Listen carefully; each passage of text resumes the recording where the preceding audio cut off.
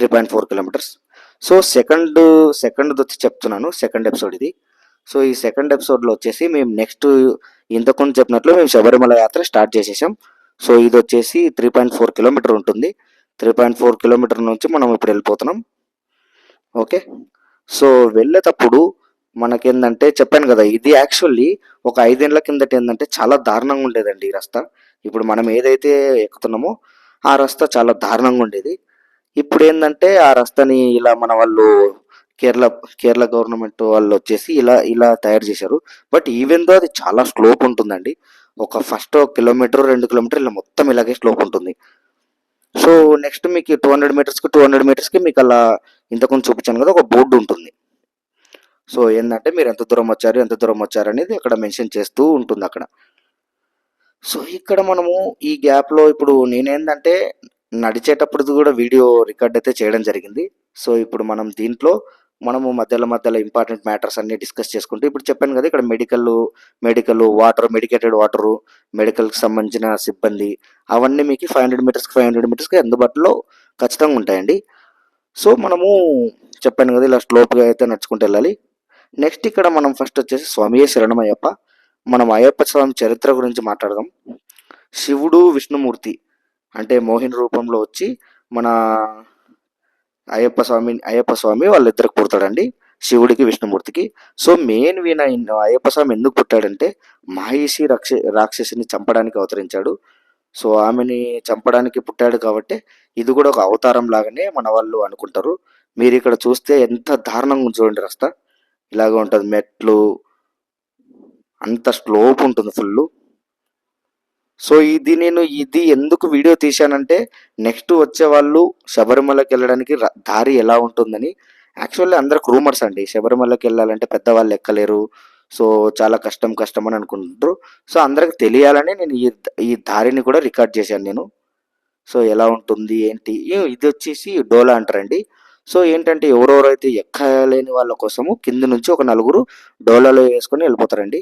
So ఒక్కసారికి పైకి వెళ్ళడానికి 5,000, కిందికి వెళ్ళడానికి 5,000 ప్రజెంట్ కాస్ట్ అయితే 2025 కాస్ట్. ఓకే, 2025లో. సో ఇలా డోలాలో తీసుకొని వెళ్ళిపోతారు. సో మేమైతే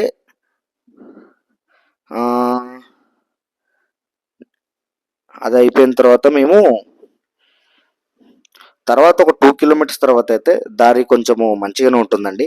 సో మరి అంత స్లోప్ ఏమి ఉండదు. ఫస్ట్ ఒక 2 కిలోమీటర్స్ బీభత్సంగా స్లోప్ ఉంటుంది. సో చూసారా, మేము చెప్పినట్లు అక్కడక్కడ మెడికేటెడ్ వాటర్ అవైలబుల్ ఉంటుంది. సో ఈ మెడికేటెడ్ వాటర్ని మంచిగా మనము తాగుకుంటూ వెళ్ళిపోతూ ఉండొచ్చు.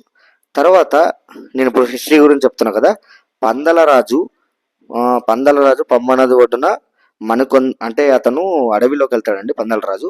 అక్కడ వెళ్ళినప్పుడు మన పంబ నది ఒడ్డున మన మణికంఠుడిని అతను దొరకడం జరుగుతుంది అయ్యప్ప స్వామి. యాక్చువల్లీ పందలరాజుకి పిల్లలు ఉండరండి. సో మన అయ్యప్ప స్వామిని కొడుకుగా దేవుడిచ్చిన వరం అనుకొని అతన్ని మంచిగా చూసుకుంటూ ఉంటాడు.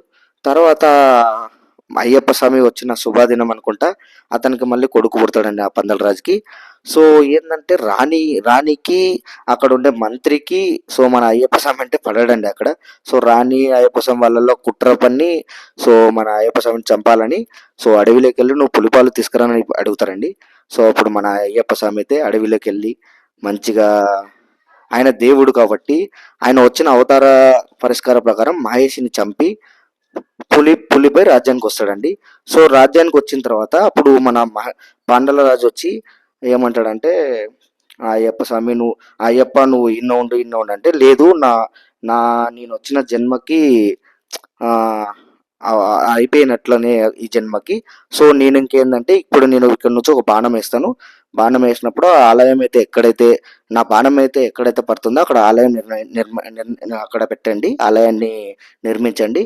ఆ ఆలయంలో నుంచే మీకు నేను మీకు అన్ని దీవెనలు ఇస్తాను అని అయ్యప్ప స్వామి చెప్తాడు. సో ఆ బాలం వేసినప్పుడు పడింది శబరిమల సన్నిధానం. అక్కడ వచ్చేసి అయ్యప్ప వెలసడం జరిగింది.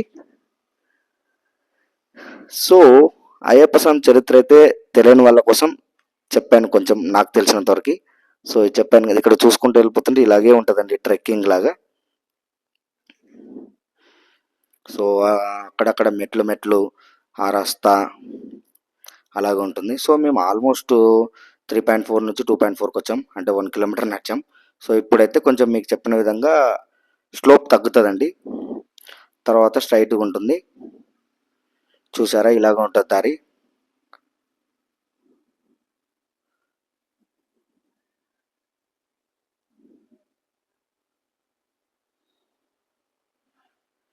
అండ్ ఇంకో వన్ మోర్ థింగ్ ఏంటంటే చూసారా, ఇక్కడ మా పెద్దనాన్న మా అమ్మమ్మ వీళ్ళు ఏజ్డ్ వాళ్ళు, 65 ఏజ్డ్ వాళ్ళు కూడా నడుస్తున్నారు.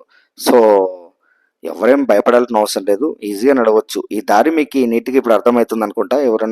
ఎవరన్నా భయపడి శబరిమలకి వెళ్ళలేని వాళ్ళ కోసమే నేను ఈ దారిని చూపించడానికి వీడియో తీసినట్లనే తీశానండి.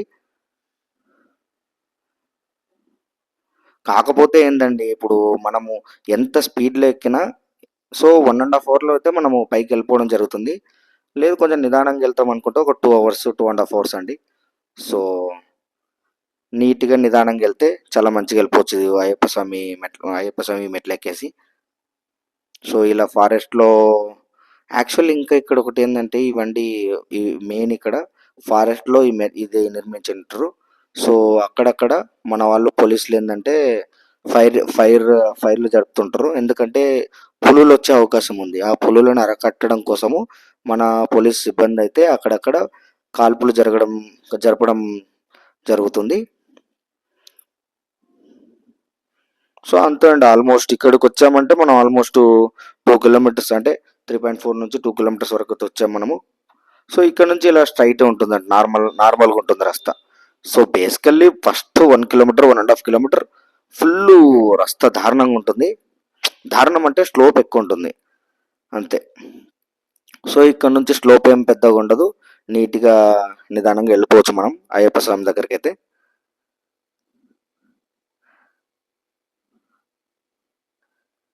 సో మేమందరం అయితే మేము ఫ్రెండ్స్తో వెళ్తే మాత్రం చాలా అద్భుతంగా ఉంటుందండి. మంచి హ్యాపీగా ఎంజాయ్ చేసుకుంటూ వెళ్ళొచ్చు. సో నేను చెప్పినట్లు అక్కడ ఇది మెయిన్